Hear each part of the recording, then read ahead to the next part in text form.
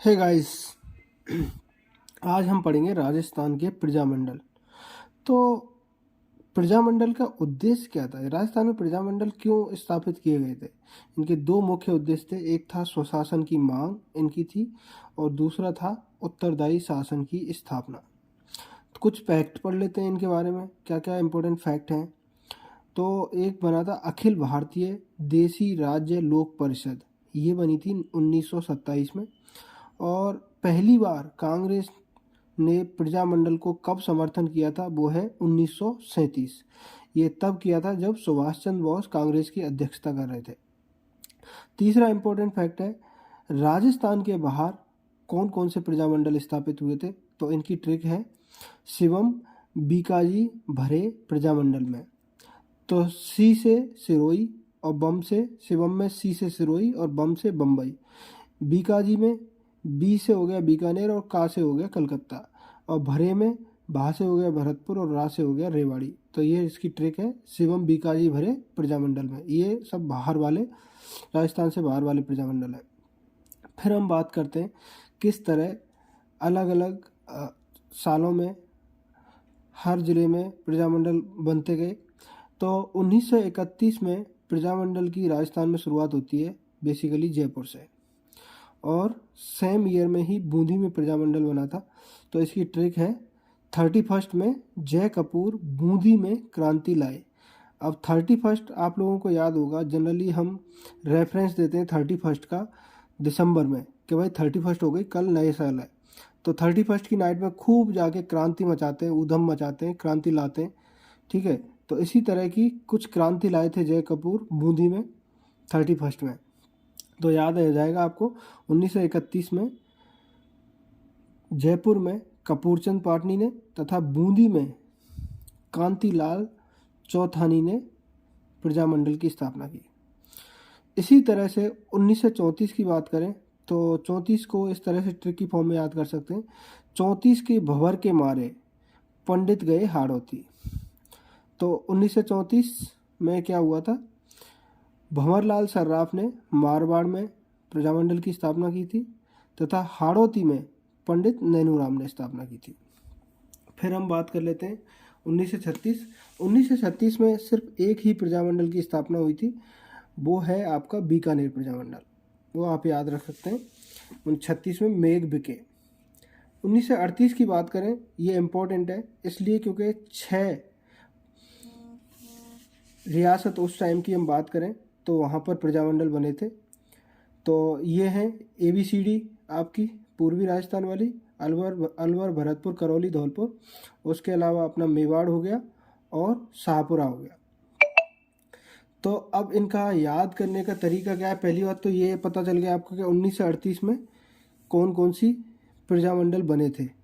तो अलवर भरतपुर करौली धौलपुर मेवाड़ और शाहपुरा। तो ABCD एंड मेवाड़ साहब मिले 1938 में। ठीक है, ये तो ट्रिक हो गई।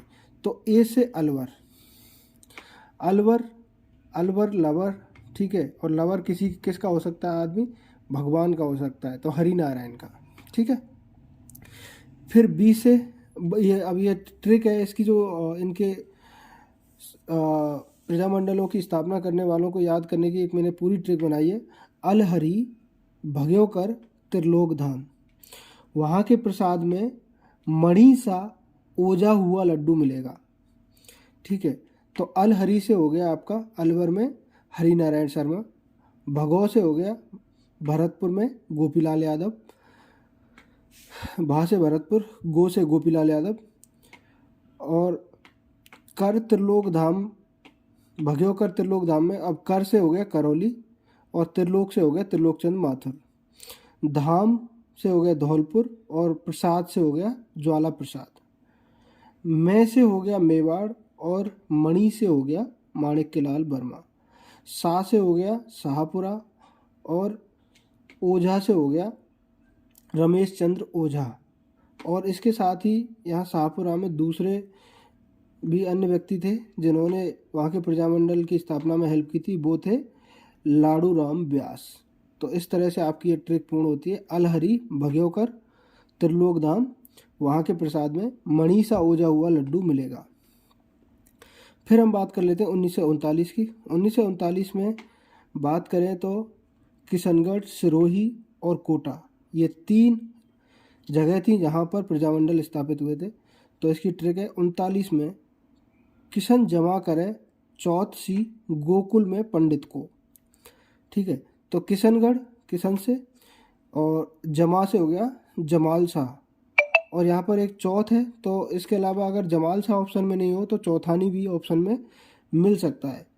पूरा नाम है कांतिलाल चौथानी। फिर हम बात कर लेते हैं इसमें, अगला इसमें बात करते हैं सी से सिरोही हो गया, और गोकुल से गोकुल भाई भट्ट हो गए। और पंडित, तो पंडित जहाँ भी आ जाए तो ज़्यादातर पंडित नैनूराम होते हैं, और को से कोटा हो गया। तो इस तरह ये ट्रिक पूरी होती है। 39 में किशन जमा करो चौथ सी गोकुल में पंडित को। अब हम बात कर लेते हैं कुछ अन्य प्रजामंडल की। ठीक है, तो ये बेसिकली आपको एक ट्रिक है, कुशल निगम बाम्बू, ये पूरा नाम है कुशल निगम बाम्बू, डूंगे पे भोगे। ये गाना सुना था ना, डूंगे पे बैठे जो भी था। तो कुशल निगम बाम्बू डूंगे पे भोगे, परंतु प्रताप के चन्नामृत जैसा मीठा झालावाड़ मांगे। तो आप याद कर सकते हैं इसको, एक राम है, कुशल निगम बाम्बू डूंगे पे भोगे, परंतु प्रताप के चन्नामृत जैसा मीठा झालावाड़ मांगे। तो कुशल से कुशलगढ़ हो गया, निगम से हो गया भंवरलाल निगम, बाम्बू में बांस से हो गया बांसवाड़ा, और भू से हो गया भूपेंद्र, और डूंगे पे मतलब डूंगरपुर, और भोगे से मतलब भोगीलाल पांड्या। फिर आगे प्रताप से 1945 में प्रतापगढ़, और यहाँ पर चन्नामृत से हो गया चुन्नीलाल और अमृतलाल, और जैसा से जैसलमेर हो गया, मीठा से मीठा लाल हो गया, झालावाड़ तो लिखा ही हुआ है, और मांगे से मांगी लाल हो गया।